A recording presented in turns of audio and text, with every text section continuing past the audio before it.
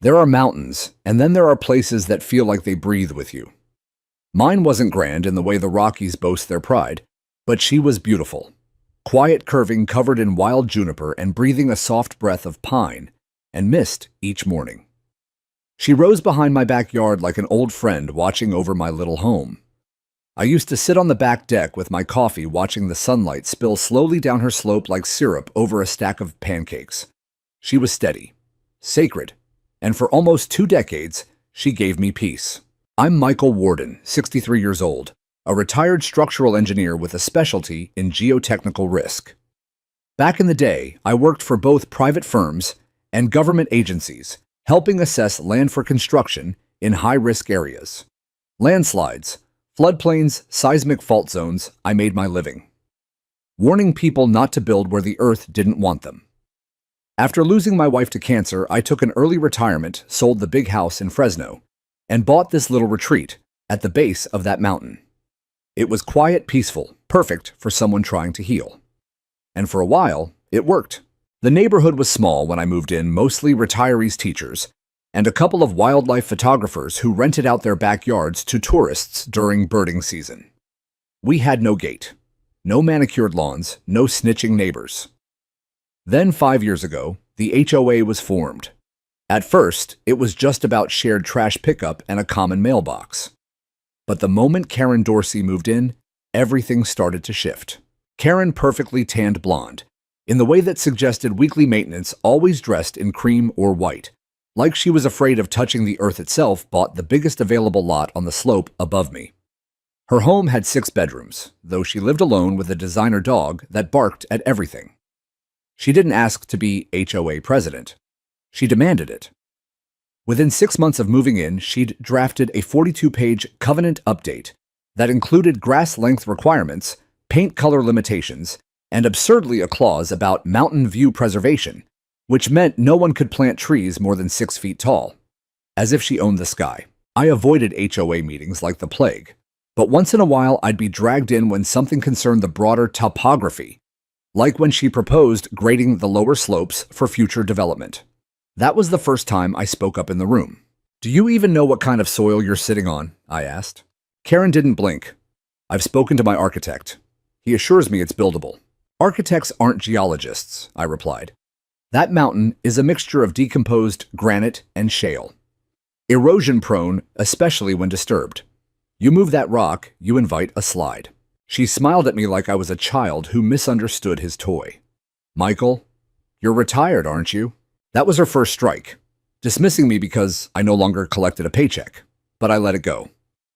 People like Karen need to be right until reality tells them otherwise. The plans kept moving forward. Apparently, Karen had friends, wealthy ones, from her time in LA, who were looking to escape the city. She pitched the HOA on a luxury hillside expansion project and proposed subdividing the upper portion of the slope into 6 mega lots. To make that happen, they'd need to blast part of the mountain. Literally, dynamite.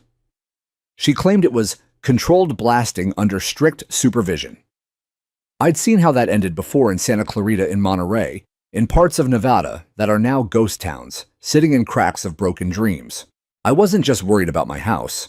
I was worried about everything beneath that slope, the homes, the aquifer, the native fox den near the ridge, the way the rain always pooled just enough in spring to sprout wild poppies. I pulled out old survey maps from when I'd consulted for the county. The geologic instability of that section was clear. A landslide had happened there 43 years ago before the area was even zoned for development. I requested to speak at the next HOA meeting. Karen rolled her eyes when I stood up. I laid down my documents. This slope is vulnerable. If you blast the mountain, you're going to destabilize the entire region. The last time someone tried to do this, half an orchard disappeared overnight. Karen gave me her usual politician smile. "We've had this evaluated, Mr. Warden. If you have issues, I suggest you contact the county like everyone else." I did, and I will. "But the HOA bears liability here." "That's your opinion," she said, and that was that. I filed a formal complaint with the city's zoning board. I shared copies of the geological survey. I attached photos from last year's minor rain runoff that had already caused erosion. But the city was slow as always. By the time they even acknowledged receipt, the permits had been rushed through thanks to a friendly consultant on the board Karen had clearly paid off. One of her rich friends was on the county council, I later discovered. Then came the sound I will never forget. Boom. My windows shook. My coffee spilled. The dog next door screamed like he'd been shot. Dust rolled down the hill like smoke from a dying animal. The mountain trembled beneath me like it was weeping. I stepped outside and stared up at what used to be a shoulder of the slope, now a jagged wound of torn rock and crumbling soil. They did it. Karen had blasted the mountain. And for the first time in years, I felt something I thought I'd buried, along with my wife, rage. The days following the blast were filled with a kind of stunned silence. The birds stopped nesting on the upper trees. The deer trails that used to cross the ridge above my property disappeared, and a thin haze of dust hung over the neighborhood like an unspoken accusation. It wasn't just the physical destruction that haunted me. It was the arrogant certainty with which it had been done. Like the mountain was just an inconvenience to be carved up and sold in square footage. Karen, of course, strutted around like she'd just unveiled the Eiffel Tower. She called a press conference right in front of the construction zone, complete with champagne drone footage and a temporary stage with a branded banner. The summit at Silver Ridge, a vision of elevated living. I stood at the edge of the crowd, arms crossed, seething. She was all smiles and hand gestures. We are proud to announce the launch of this bold and transformative development that will redefine what luxury means in the hills. These 6 homes, designed by renowned architect Silvano D'Angelo, will bring new vitality and prestige to our community. Someone actually clapped, probably one of her investors. What Karen didn't mention was that those lots were cut into a slope that hadn't been tested for post-blast stability. The hill had been rendered raw and naked, with retaining walls sketched into the plans, as if poured concrete alone could stop Mother Nature from correcting their arrogance. The environmental impact report was an absolute joke, clearly templated, missing real survey data, and rubber-stamped by a consultant known for expediting approvals. I went to the city again. I spoke with environmental oversight. I emailed old colleagues from CalGeo who still had clout in the civil planning department. I called in every favor I had left. But Karen was ahead of me again. She started a smear campaign. 2 days after the press event, a newsletter was mailed to every home in the HOA. Mr. Warden, it read, has a history of obstructionism and emotional instability. While we respect his prior career, he has not been a licensed or practicing engineer for over a decade. His recent claims are speculative and unsubstantiated. That stung. She didn't stop there. Karen held an HOA meeting and put forward a motion to limit unsolicited expert opinions from residents unless requested by the board. It passed. Barely. But it passed. They were shutting me out of my own community, silencing the one person who could see the consequences coming like headlights on a blind curve. I wasn't just angry, I was afraid. The land was unstable. Every time I looked up at the scarred hillside, I could see the subtle shifts already starting. After one brief rain, a wash of red dirt slid down to the edge of my fence line. I measured it with a stick, 6 inches thick. That was after just 1 inch of rain. The newly cut slope had no vegetation, no root systems. The natural terraces of the mountain had been flattened. Without anything to hold the soil together, all it would take was a decent storm, something our region was overdue for after a dry season, and gravity would do the rest. I bought new camera equipment and began to document everything. I installed motion-triggered trail cams along the tree line, pointing up at the slope. I dug reference stakes and took daily photos measuring earth movement by the millimeter. I logged it all into a folder titled HOA Negligence, Phase 1. Then I noticed something even more disturbing. Karen had broken ground on her own cornerstone estate before the stabilization work on the slope was even completed. Her mansion, one of the 6 custom homes, was being built right on the edge of the former blasting site. She hired her favorite contractor, a man named Vince Dorsey, her cousin naturally. No oversight, no pause. The frame was up in less than 3 weeks. Floor-to-ceiling windows, cantilevered balconies, marble stone driveway. It looked like a trophy balanced on a cliff. One afternoon, I walked by the site and took a photo from the public easement. Vince saw me. "You keep snooping and we'll call the sheriff," he said, walking toward me with a measuring tape still clipped to his belt. "This is a public road," I said, calm but firm. You got a problem with progress. I met his gaze, not with progress, with hubris. He laughed. You old folks need to stop living in the past. Nobody wants your little birdwatcher cabin anymore. I nodded. And you'll wish you had my elevation when the mountain decides to slide. He paused, but only for a second, then waved me off like a mosquito. I went home and pulled up the county's open database. I found the official slope stability documents. A few had been uploaded as PDFs. I recognized the signature of a geotech analyst. I'd once mentored a junior engineer named Samuel Klein. I called him. Michael, he said, surprised. Wow, it's been years. I need a favor, and maybe to save a few lives. Within a week, I had his signed declaration. He'd only been contracted for a brief consultation. He'd flagged major concern for the slope's risk profile after blasting, but had never been asked to submit a final report. The developer had moved forward with a different analyst. I asked him, would you be willing to testify if it comes to that? He hesitated. If people are in danger, yes. Good. Still, time was moving faster than the law. By late September, the first fall rains touched down just a soft drizzle that painted the roads. But that night I heard a sound that made my stomach twist. Somewhere up the hill, the soil shifted with a long, groaning sigh. My back deck, which had been perfectly level for 15 years, creaked at the edges.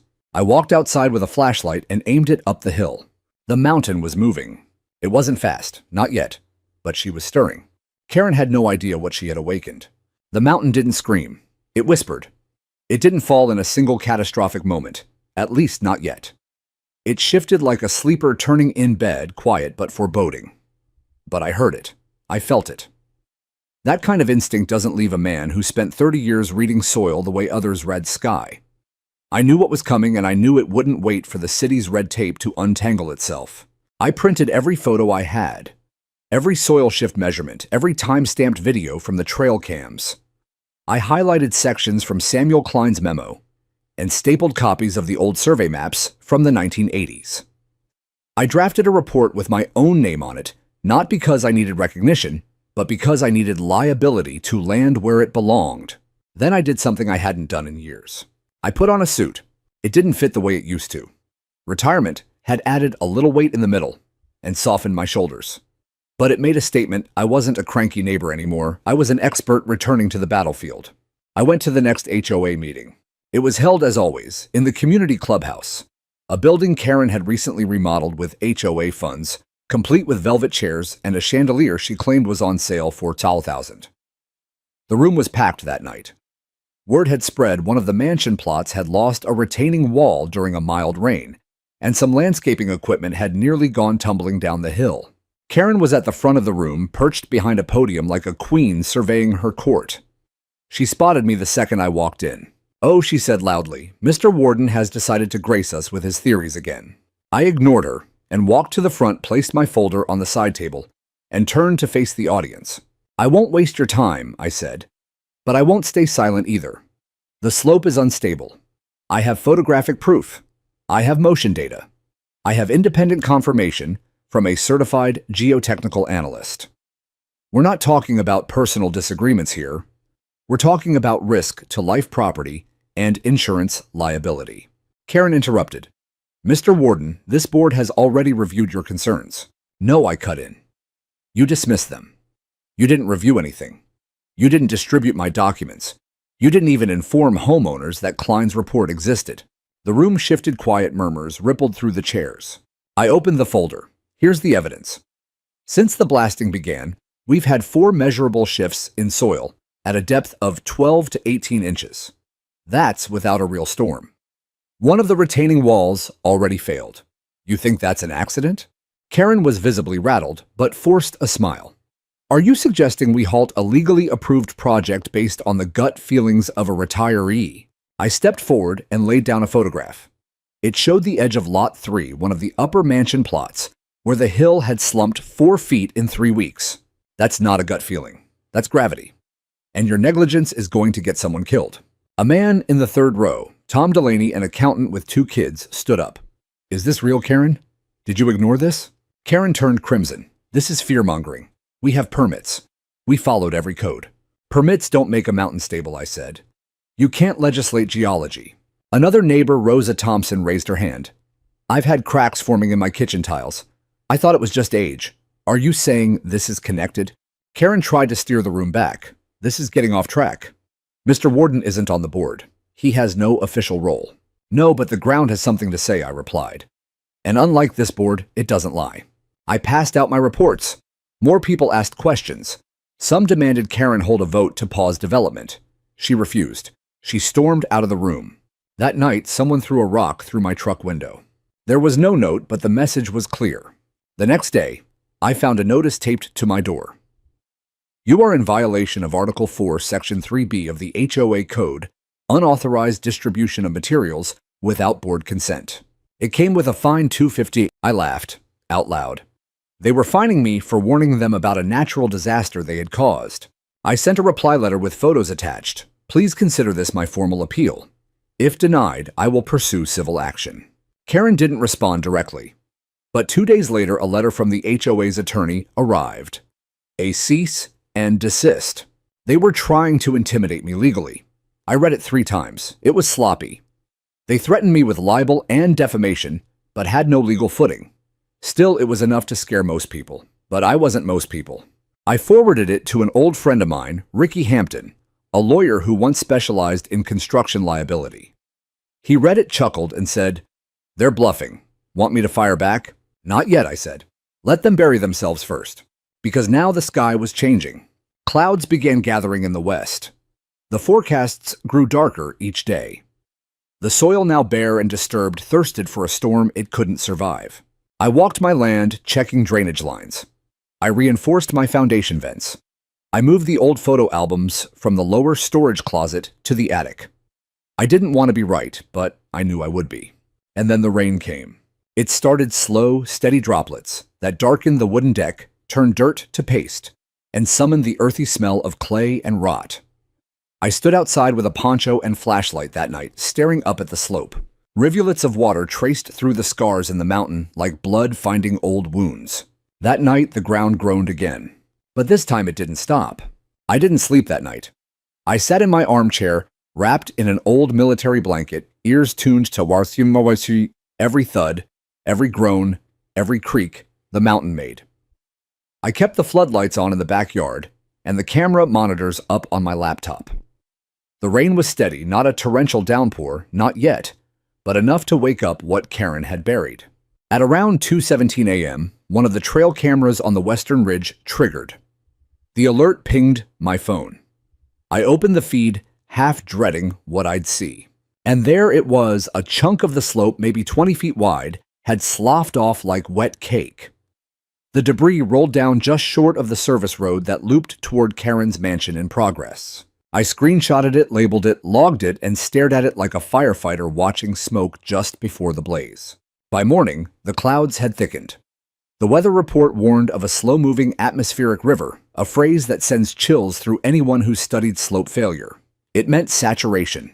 Relentless, soaking weight-building rain that didn't crash down in fury, but pressed slowly, unyieldingly into the earth until it was too heavy to hold itself up. And still the bulldozers kept coming.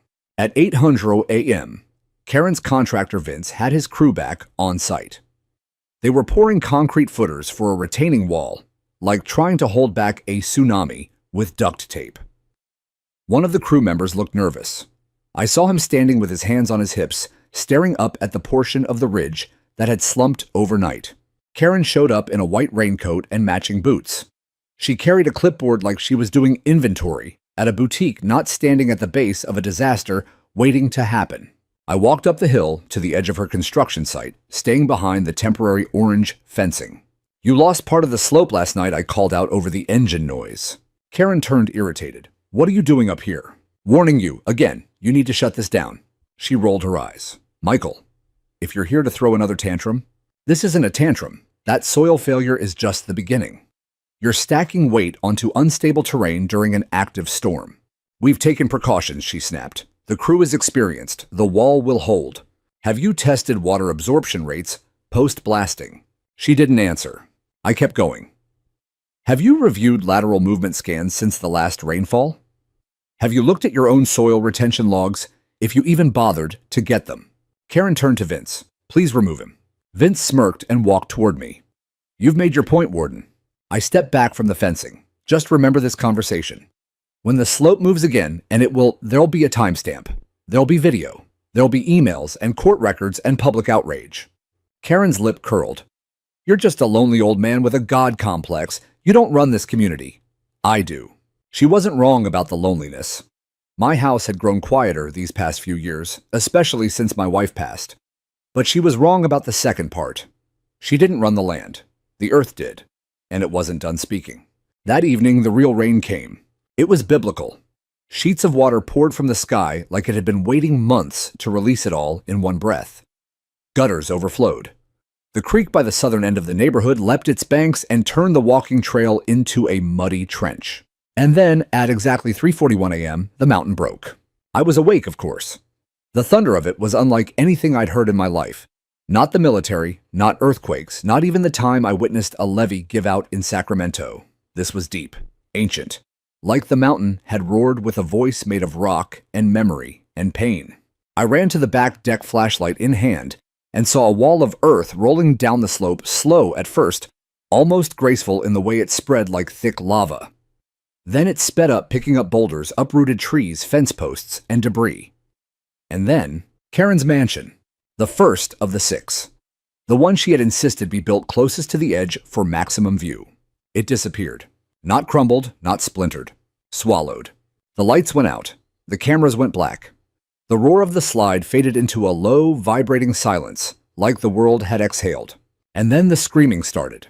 It was faint at first, a single voice, muffled. Then others. A floodlight flicked on from one of the remaining construction trailers still intact. The security team on site rushed up with radios, but they couldn't reach the mansion. Because there was no mansion. Only a jagged scar in the earth where it had been. The emergency sirens followed. Fire trucks, search and rescue teams. By dawn, the entire HOA was gathered at the bottom of the hill, wrapped in blankets, boots, soaked in mud, eyes wide and terrified. I stood there among them silent, not triumphant, not vindicated, just quiet. Because it had happened, the very thing I'd warned them about.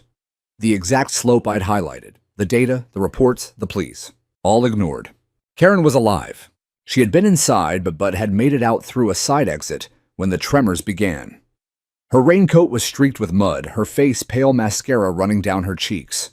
She didn't scream anymore. She just stared at me, like I had summoned the earth to punish her.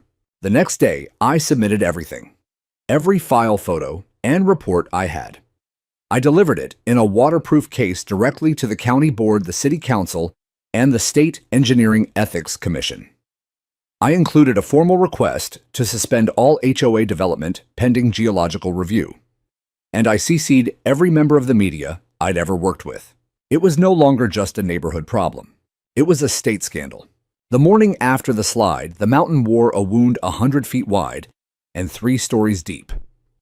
From the air captured by news drones and helicopters that buzzed in like flies at a feast, the destruction looked like a scar carved with precision and vengeance.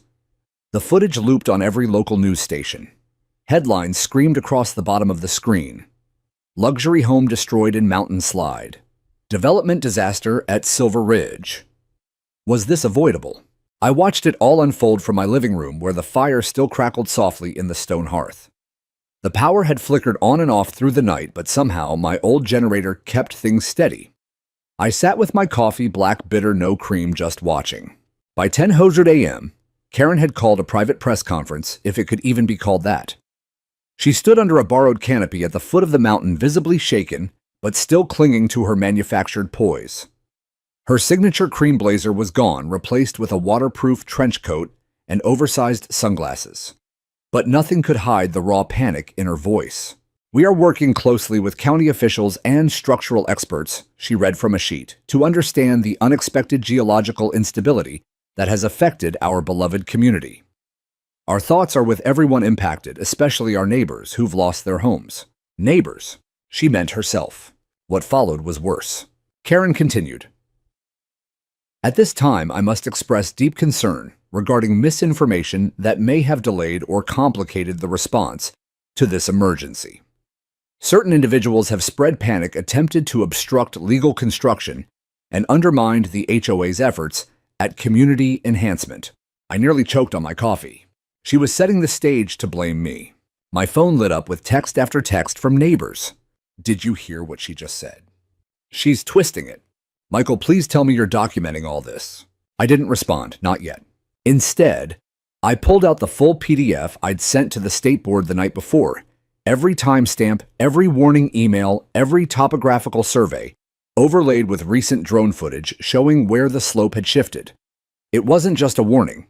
It was a blueprint of inevitability. I updated the file name, HOA Negligence, Phase 2. Then I drove into town. The county office building was buzzing with media vans and staffers carrying emergency planning folders. I asked for Dean Rollins, the head of planning and land use. We'd worked together a decade earlier on a landslide mitigation project near Santa Rosa. Back then, he was an intern with a good brain and a humble attitude. I hoped neither of those had changed. Dean met me outside his office, still in his raincoat. Michael, he said, shaking my hand. I saw the footage this morning. It's bad. It's going to get worse if they don't halt the rest of the build. He sighed. You were right. I handed him the updated folder. Here's what they ignored, and here's what's coming if they don't stop. Dean flipped through a few pages, nodding. We've already suspended new permits, but Karen and the board are lawyering up. They're claiming an act of God. God didn't swing the dynamite, I said coldly. I know. He looked me square in the eye. We're going to need a formal deposition. Would you testify if this goes to court? Gladly. By that afternoon, city officials had cordoned off the remaining upper slope lots with tape and posted emergency stop work orders. Still, Karen was defiant. She stood at the edge of the site shouting at a young building inspector waving papers and stomping her expensive boots into the mud. That evening, I called a neighborhood meeting. It wasn't official. It wasn't in the clubhouse. It was on my back porch under the awning as the mist settled over the mountain's injured silhouette. I brewed 2 full pots of coffee and opened a bottle of scotch for anyone who needed something stronger. Almost 30 people showed up. Some of them were soaked from walking over. Some were visibly shaken, clutching children or file folders. All of them were angry and not at the mountain. At Karen. She lied to us, Rosa said, holding back tears. She said the reports were fine. My insurance won't cover the damage, Tom added. Because the construction was flagged as high risk, and I didn't opt into the supplemental coverage. No one told me that. Do we have grounds to sue, someone asked. I think we do, I said. They all looked at me, and I realized in that moment they weren't just angry. They were scared. Scared that their homes were next. Scared that their savings, their lives, their safety had all been gambled by someone who treated a mountain like a decoration. I took a breath. I've already filed complaints with the county and state engineering board. If we act together, we can push for a full audit of the HOA's actions. We can request a restraining order on further construction. We can ask for Karen's removal as HOA president. Someone laughed. She'll fight us. Let her, I said. This time we've got the ground on our side. The meeting turned into something else, something deeper. People began sharing their stories. Cracks in their driveways, shifts in their foundations. One woman described how her toddler fell after the patio bricks buckled slightly beneath him. This wasn't just about a rich woman's mansion being buried. This was about all of us. That night, the first signature sheet for Karen's removal began circulating. By sunrise, it had over 40 names. The cracks weren't just in the mountain anymore. They were in her empire. The mountain had gone still again, but it wasn't peace. It was the kind of silence that comes after a scream heavy, eerie, and waiting for the next breath. The slide zone remained cordoned off with yellow tape and metal barricades. City engineers had parked a mobile office trailer near the base to monitor any further shifts. Helicopters still circled twice a day, but the story had started to drift from front-page urgency to back-page liability. Not for us. For those of us living in Silver Ridge, the fear hadn't settled. It had grown teeth. Karen, meanwhile, vanished. For 3 full days after her press conference, no one saw her. Her mansion was now officially listed as structurally lost, though much of it remained under 30 feet of wet soil. Insurance adjusters came and went, taking notes and photos. A rumor began circulating that Karen was staying in a suite at the Oak Hill Spa, billing it under a business account labeled Community Enhancement Research Retreat. We knew what that meant. She was hiding. And still, she hadn't stepped down. On the 4th day, An emergency HOA notice appeared in our mailboxes. No envelope, just a slick folded flyer printed in bold maroon ink. Notice of interim development, halt, HOA leadership stands strong. Karen's name was at the bottom. So were the signatures of 2 board members, Vince, her cousin, and a woman named Cynthia, who once claimed we needed to outlaw hammocks because they made the neighborhood look too casual. The letter acknowledged the landslide, but minimized it. It blamed unforeseeable climate conditions and geotechnical irregularities outside the scope of preliminary analysis. Not a word about blasting. Not a word about warnings. Not a word about the dozens of us who were now living downhill from a mountain that no longer trusted its shape. That night, I sat on my back porch again, watching fog snake down from the ridge. I had one earbud in listening to a podcast about legal precedents in Homeowner Association overreach and a thermos of black tea in my hand. The thermos had a dent in the side from when I dropped it the night of the slide. I didn't smooth it out. I wanted to remember. The ground had shifted in more ways than one. The next morning, I got a call from a man who identified himself as Gregor Ramos, a civil engineer working for the state's Division of Geological Safety. He had received my files, not just the warning reports, but the time-stamped images, the diagrams, the annotated overlays. I've reviewed a lot of complaints in my career, he said. Yours reads like a prosecution file. Because it is. He paused. You'd be willing to serve as a formal witness in an investigation. Yes, on record, on camera, in court, whatever it takes. He exhaled almost in relief. Good. We're launching a joint task force. You'll hear from us soon. For the first time in weeks, I felt it momentum. Not fear, not outrage. Just the first turn of a wheel that might actually move. 2 days later, a full-page article appeared in the local paper. Warnings ignored, did HOA greed trigger the Silver Ridge disaster? They quoted me anonymously, but used direct excerpts from the files. My photos, my reports, my words. You can't legislate geology. The piece spread like wildfire. The HOA hotline was flooded. Neighbors started organizing independent meetings, drawing up petitions. A civil attorney named Dana Merriweather offered pro bono counsel for any residents seeking to challenge the HOA's authority. She was fierce, sharp-tongued, and methodical, and she believed every word I said. This isn't just negligence, she told us at one of the first legal prep meetings. This is systemic failure wrapped in designer shoes. Karen finally returned to Silver Ridge 2 weeks later. She didn't call a meeting. She didn't hold a press conference. She didn't even park in her own driveway, what remained of it anyway. She showed up at Cynthia's house where she'd apparently been staying since the landslide. I saw her through my binoculars, hood-up sunglasses on face, pale and angular. Thinner. Humbled. But not gone. That night, a new letter was posted online on the HOA website. To our dear Silver Ridge family. In light of recent natural events, I understand that emotions are high, and questions remain. I assure you we acted with the best intentions. I never imagined this outcome. However, I firmly reject the suggestion that this disaster was due to willful neglect. Our contractors were licensed, our permits were valid. We trusted professionals. I ask that we pause the blame and remember what binds us community. With hope. Karen Dorsey, HOA President. There it was, the pivot. Not an apology, not accountability, just a plea for unity now that her mansion was a pile of wet timber and silence. But no one was buying it anymore. The next morning, over 50 residents signed a formal petition for Karen's removal. It was submitted to the county, the HOA registrar, and state authorities overseeing nonprofit residential organizations. Karen's name was now attached to the word recall. Meanwhile, the task force moved in. Soil technicians, structural engineers, insurance auditors. They walked the land like forensic teams at a crime scene. They asked me to walk them through my timeline. I gave them everything, including a USB drive with backup copies of all my data. At one point, I stood on the very edge of the ridge, next to a young geologist named Martina, who looked barely 30, but had the field presence of a veteran. She turned to me and said, "You did everything you were supposed to. Most people wouldn't have gone this far." "I didn't do it for revenge," I said. "I did it so no one would die here." She nodded. "I believe you. And this was preventable. You were right." But somehow being right felt less like victory and more like standing over a grave you begged people not to dig. It didn't take long after Karen's quiet return for the accusations to start. Not from her directly, of course. Karen was too calculated for that. But whispers began circulating an email here, a Facebook post there.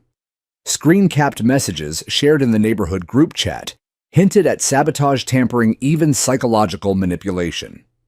The implication was clear: I had stirred panic, which had somehow contributed to the collapse. One anonymous post read, "Not saying it's his fault, but spreading fear can affect construction timelines, which affects soil stability. Chain reactions are real." Another said, "Michael Warden has a lot to say about geology, but was anyone monitoring what he was doing on the slope at night?" I didn't respond at first, but when I opened my mailbox one morning and found a letter in an unmarked envelope, no return address, just a single line typed in all caps. "The mountain fell because you wanted it to." I knew I couldn't stay silent any longer. I took the letter straight to the sheriff's office. Deputy Harriman, a man I'd known casually for years, read it twice and looked up at me with a tight jaw. "You think this came from Karen?" "I think it came from someone she let believe that version of the story." He nodded, slipping the letter into an evidence sleeve. "We'll check it for prints, but you should know she's already lawyering up. That means her story's going to spread no matter how false." I left the station and sat in my truck for a long while, watching the rain beat on the windshield. I thought about my wife, about how she used to call me her living seismograph, how she could tell something was wrong just by watching me tilt my head and go quiet. She'd laugh and say, "That mountain brain of yours is humming again." She would have hated this, the lies, the political maneuvering, the pettiness in the face of something so enormous, so raw. That afternoon, I contacted Dana Merriweather, the civil attorney helping the other residents. "They're blaming you now," she asked, almost amused. "Not directly, but it's gaining traction." She didn't hesitate. "Then we go on offense." That week, Dana filed a pre-litigation notice of defamation and negligence against the HOA board and any individuals who had made or repeated unfounded claims about me, contributing to the landslide. The document included a full appendix of my warnings, emails, videos, and expert correspondence, nearly 300 pages worth of evidence. But that wasn't all. We also submitted a formal request for HOA meeting transcripts, all internal communication related to the hillside development, and most damningly proof of receipt of my reports prior to the blasting. Karen's lawyer tried to delay the disclosures. That was a mistake, because while they stalled, the State Geologic Task Force released their preliminary report. The report was brutal. It concluded that the slope had been rendered unstable, specifically due to blasting and improper grading, in direct violation of multiple local and state ordinances. It cited willful disregard of geological advisement and included a full-page timeline of documented warnings from resident engineer Michael Warden. My name was in bold. The media pounced. Local stations ran headlines like, "Hero or Villain. Michael Warden's warnings confirmed in state report. HOA president under fire. After geologic findings, support whistleblower." Suddenly, I wasn't the villain in whispered Facebook posts anymore. I was the guy who tried to stop it all. But Karen wasn't done. That weekend, a new lawyer appeared, slick, sharp, and media-trained. His name was Byron Hale, and he stood on a podium in front of the temporary construction fence, with Karen at his side, delivering a speech that oozed false sympathy and carefully selected legalese. "We understand that emotions are running high," he said. "But it's important to remember that this was a tragedy rooted in unpredictable environmental shifts. Assigning blame to two well-meaning community leaders, especially based on hindsight, serves no one." Then came the part I'd expected. "We also urge the public not to be misled by individuals presenting themselves as experts, especially those with personal grievances and no current licensure. Facts must guide our response, not vendettas." That night, I appeared on Channel 5 News. I didn't want to. But when the anchor Carmen Lee asked for an exclusive interview, Dana said, "It's time you spoke for yourself." We filmed the interview on my back porch. The mountain loomed quietly behind me, its wounded slope now covered with tarps and temporary erosion fencing. Carmen's questions were calm, measured, but pointed. "Mr. Warden, did you predict this landslide?" "I didn't predict it, I documented it. I warned of it, and I was ignored."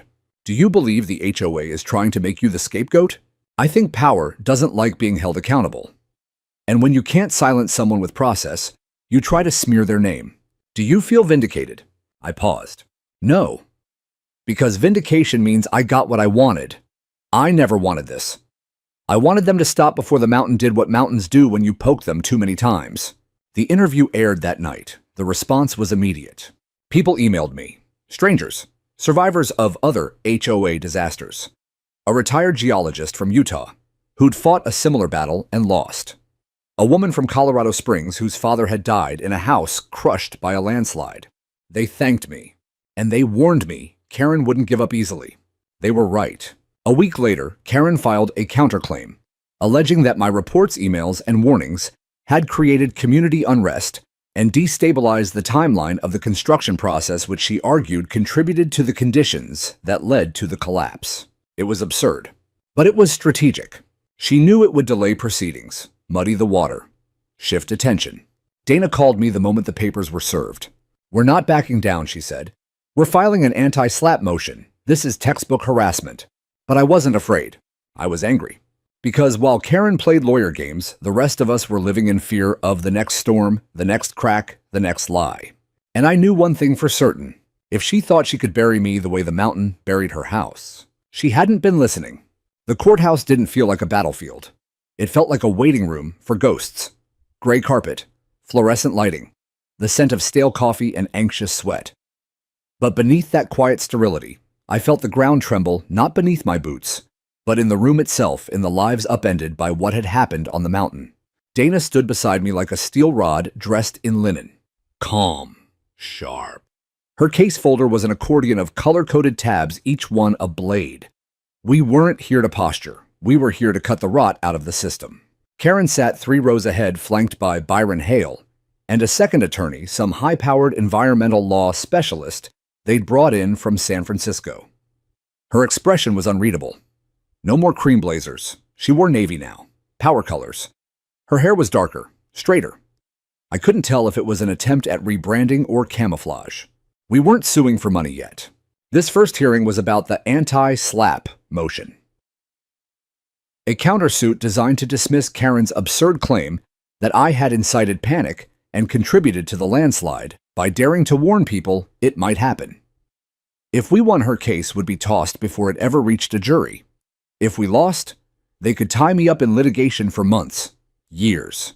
The judge, a no-nonsense woman named Justice Ballinger, began with a voice like gravel rolled through velvet. "We are here today to determine whether Mr. Michael Worden's actions constitute protected speech under California's anti-SLAPP statute." Dana rose and began. She didn't shout. She didn't dramatize. She didn't need to.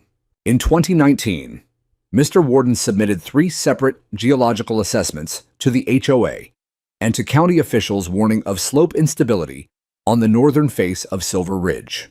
These reports were substantiated by photographic evidence, independent expert analysis, and historic precedent. In 2020, the HOA, under the leadership of Ms. Karen Dorsey, ignored those reports and proceeded with blasting and development. In 2021, a landslide destroyed one of those developments, endangering residents and causing irreversible ecological damage. Now, the very board that ignored warnings seeks to silence the whistleblower by accusing him of inciting the very disaster he tried to prevent. Dana turned to the judge. "This isn't just an abusive process. It's a betrayal of public trust." Byron Hale stood brushing invisible lint from his sleeve. "Your Honor, this is a classic case of hindsight bias. Ms. Dorsey followed all legal protocols. The permits were valid. The contractors licensed. The suggestion that Mr. Worden's alarmist communications didn't stir panic in the community is naive. His public postings undermined confidence, delayed responses, and may have indirectly contributed to environmental destabilization." Justice Ballinger narrowed her eyes. "You're arguing that a man warning people about a slope failure is responsible for the slope failing, only that his messaging may have influenced public perception in a way that caused harm," Byron said, almost smiling. The judge leaned back. "I've reviewed the filings," she said, voice neutral. "And I'll be candid, if Mr. Worden's documentation is accurate, then I'm not sure why we're even in this room." Byron's jaw tightened. The judge continued, "The anti-SLAPP motion is granted. The defamation countersuit is dismissed with prejudice. Ms. Dorsey's legal team is ordered to pay the respondents legal fees. It was over in seconds, but it hit like a thunderclap. Karen blinked, stunned. Byron leaned in to whisper something in her ear, but she didn't move. She looked down at the table, her hands clenched, the polished veneer of her persona cracking like the mountain had beneath her mansion. Outside the courthouse, reporters waited. Dana spoke first. This is a victory for truth and for every resident who has ever been silenced by bureaucracy or bullied by those in power. Michael Warden did what the HOA wouldn't. He listened to the land. I didn't want to speak, but I did, just once. There are still homes at risk, I said. This lawsuit was never about me. It's about making sure what happened on that mountain doesn't happen again. That afternoon, the HOA board held an emergency meeting. Half the seats were empty. Vince had quietly resigned 2 days prior. Cynthia announced her departure during the call, citing health reasons. Karen astonishingly tried to hold her position. It didn't last. By week's end, the recall vote was finalized. 87% of residents voted for her immediate removal. She was out. And just like that, the board that had silenced so many was dissolved. A new interim committee was elected, led by Rosa Thompson and Tom Delaney, two of the loudest voices for accountability since the disaster. They began the painful process of restructuring everything: bylaws, contractor relationships, architectural approvals, community, safety, planning. They asked me to join. I declined. Not because I didn't care, I did. But I had spent enough time fighting. Now it was time to rebuild. Still, one final chapter remained. 3 weeks after the hearing, I was invited to testify at a state-level ethics review regarding permitting processes. The panel included city officials, state engineers, and representatives from environmental protection agencies. They wanted to know exactly how the HOA had bypassed so many red flags and how to prevent future communities from repeating Silver Ridge's mistakes. I told them everything. I brought maps, satellite overlays, pre- and post-blast images. I showed them how easily greed cloaked itself in paperwork, how language could be manipulated to sound like compliance while hiding recklessness. I urged them to create better whistleblower protections for private communities. When I finished, one of the younger officials, a woman in her early 30s, looked at me with something close to reverence. "You turned your grief into action," she said. "Most people wouldn't." I shook my head. I didn't do this because I was brave. I did it because the mountain screamed and nobody else listened. That night, as I walked back up my driveway, I paused at the edge of the slope. It had been reseeded with native grasses. The deep gouges left by the slide were softening under green. The air smelled like pine and renewal. It would never be the same. But it was healing. So was I. The mountain was quiet now, not in that ominous holding its breath kind of way, but truly quiet. Restful. As if after all the dynamite lawsuits and heavy machinery, it had finally been left alone long enough to start stitching itself back together. The raw scars from the landslide had begun to grow over with the first threads of green. It would take years for full restoration, decades maybe, but something had changed. Something fundamental, not just in the soil, but in the soul of this place. And in me. After the court ruling and Karen's ousting, the new HOA board wasted no time implementing sweeping changes. For the first time in years, the phrase community meeting wasn't synonymous with dread. It was something people looked forward to, neighbors gathering not to fight, but to heal. Tom and Rosa, now interim co-chairs, reached out to me again. "We know you said no," Tom said, holding a paper cup of lemonade after a neighborhood cleanup day. "But we need someone to lead the restoration committee." "I'm not interested in politics," I replied. "This isn't politics," Rosa said. "It's about stewardship." That word stuck with me. Stewardship. I wasn't interested in power. Never was. But taking care of the mountain, that I could do. So I agreed. And we began the long road of reclamation. We partnered with a state-funded land restoration team and a small environmental nonprofit focused on native species and erosion control. The first step was stabilization. We installed natural fiber mats, planted deep-rooted native grasses and shrubs, and redirected water runoff away from the slope's vulnerable areas. We mapped everything: drainage lines, soil saturation zones, risk gradients. For the first time, our neighborhood was being managed with intelligence instead of ego. The irony wasn't lost on me. The HOA had tried to silence me because I knew too much. Now they wanted me to lead because I knew enough. One of the first major actions we took was proposing a permanent development ban on the affected section of the mountain. That meant no new houses, no terracing, no private gardens or fences, nothing man-made at all. Instead, we proposed turning it into a protected ecological preserve, a sanctuary for wildlife pollinators and native plants, something that would not only heal the mountain, but give back to the community in a real tangible way. Of course, it wasn't without opposition. Some residents were still clinging to Karen's vision of high-end real estate. A man named Douglas, who had purchased Lot 5 at a steep discount after the slide tried to sue the board for loss of potential development value. He failed. The county had already deemed the land unbuildable, permanently. Karen's fall from grace had become the stuff of local legend. Her legal team quietly dropped the remaining motions.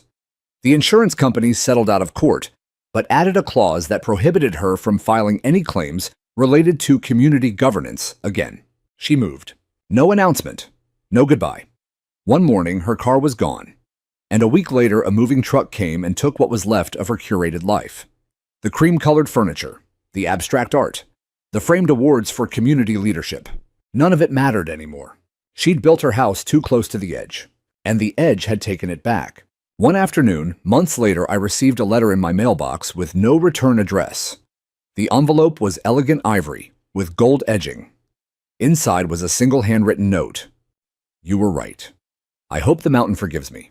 I don't expect you to. There was no signature. I didn't need one. I burned the note in my fire pit that night. Not out of anger, but because I didn't need to carry her guilt along with mine. We all had our roles to play. Mine was to warn. Hers was to ignore. And the mountain did what it always does. It listened only to the laws of nature, not the laws of people. That spring, we hosted the first official Mountain Renewal Day. We invited families, children, reporters, even a few state officials. We planted trees, unveiled interpretive signs about erosion geology and native species, and walked a new trail that looped gently around the perimeter of the landslide zone. At the center of it all, we placed a stone marker, in memory of the land lost, and the warnings not heard. It wasn't about assigning blame. It was about remembering. One woman, a teacher named Leah, told me afterward, "You've changed how I think about home. Not just walls and roofs, but ground, earth, roots." That struck me, because I had changed too. There was a time not long ago when I thought silence was peace, when I thought retirement meant withdrawal. But the mountain had taught me otherwise. It taught me that sometimes silence is complicit, that speaking up isn't just brave, it's necessary, and that no one, not even a former engineer grieving a lost wife, is too small to move the needle, especially when the mountain starts to groan. The final piece came unexpectedly. The county awarded me the Community Resilience Medal, a rare distinction for civilians who have shown exceptional leadership in the face of natural or infrastructural disaster. They handed it to me in a quiet ceremony, no cameras, just family, neighbors, and a few city officials. Rosa was there, Tom. Even Martina, the young geologist, drove in from Sacramento for the event. Afterwards, someone asked me if I'd ever write a book. I said no, but maybe I just did. Because this story, this long, painful, triumphant story, needed to be told. Not for fame, not for pride, but because somewhere there's another mountain, and someone's trying to blast it apart. Maybe this time someone will listen before it falls. It's strange how time softens things. The jagged cuts of the landslide eventually blurred into gentle contours. The sharp roar of courtrooms and shouting matches faded into town hall meetings and children's laughter echoing through the trails. And where once stood the steel skeleton of Karen Dorsey's Summit Dream Mansion, there now stood a wildflower meadow, untouched, unpaved, and humming with bees. The land was never meant to hold mansions. It was meant to hold memory. A year after the slide, we officially opened Silver Ridge Memorial Park. Though most of us just called it the mountain. No gates, no fees, no exclusivity. Just an open, sacred space carved from warning and rebuilt through will. We installed a simple archway at the trailhead made of reclaimed wood with a hand-carved message that said, "Tread gently, the mountain remembers." It was Tom's idea to create a community garden along the lower slope. Rows of native plants, benches shaded by cottonwoods, a small amphitheater made from stone pulled from the landslide's debris. Schools visited regularly. Scientists came to observe the ongoing regrowth. Birdwatchers returned. So did the foxes. And me. I found my rhythm again. Not in revenge, not in vindication, but in the quiet tasks of rebuilding. Each morning, I walked the trail from my home to the overlook where the old mansion once stood. I'd sit on a weathered bench, one I'd built with my own hands with wood from an oak tree that had fallen during the storm, and watch the sun rise over the valley. The same way I used to watch it from my porch before all this began. One day, as I sat there, I heard footsteps crunching softly behind me. "May I sit?" a voice asked. I turned. It was Karen. Older, smaller somehow. Her face was bare of makeup, and her clothes were practical hiking boots, a fleece jacket. No jewelry, no entourage. I nodded. She sat beside me. For a long time, neither of us said anything. The wind moved through the grass, brushing past our knees. A red-tailed hawk circled overhead. Finally, she spoke. "I sold the last property," she said quietly. "The one I had left near the highway." I didn't respond. She continued, "I've been volunteering at an environmental education center in Colorado, teaching kids about watershed systems." I turned toward her. "Do you tell them about Silver Ridge?" A soft laugh. "Only the parts I can say without choking." I let that hang in the air for a moment. Then I asked, "Why are you here?" Karen looked down at her hands. They were dirty fingernails lined with soil. I needed to see it. One last time. "This place isn't about you anymore," I said gently but firmly. "I know," she replied. "That's why it's beautiful now." Another long silence passed between us. Not tense, not hostile, just honest. "I wanted to hate you," she said. "For a long time I did."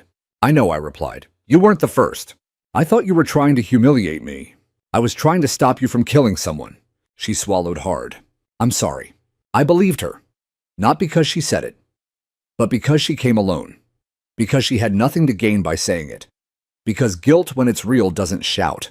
It whispers, and it stays. "I'm not the one who needs your apology," I said. "The mountain is." She nodded.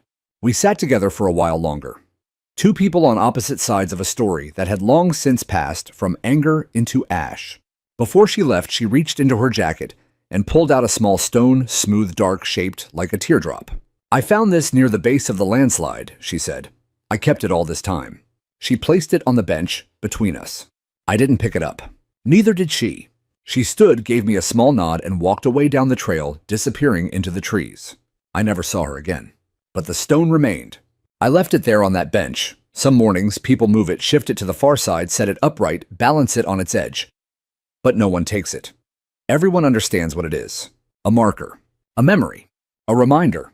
That summer, we held a gathering on the 1-year anniversary of the landslide. Not a ceremony. Not a press event. Just neighbors, friends, kids chasing butterflies, parents, sipping lemonade, couples walking hand in hand. The kind of gathering Karen once tried to manufacture. This one was real. Rosa read a short poem. Tom gave a thank you speech. I said nothing. Just stood beneath the cottonwoods and listened to the breeze filter through the leaves. Afterward, a young boy approached me, maybe 10 years old, holding his father's hand. "Are you the man who saved the mountain?"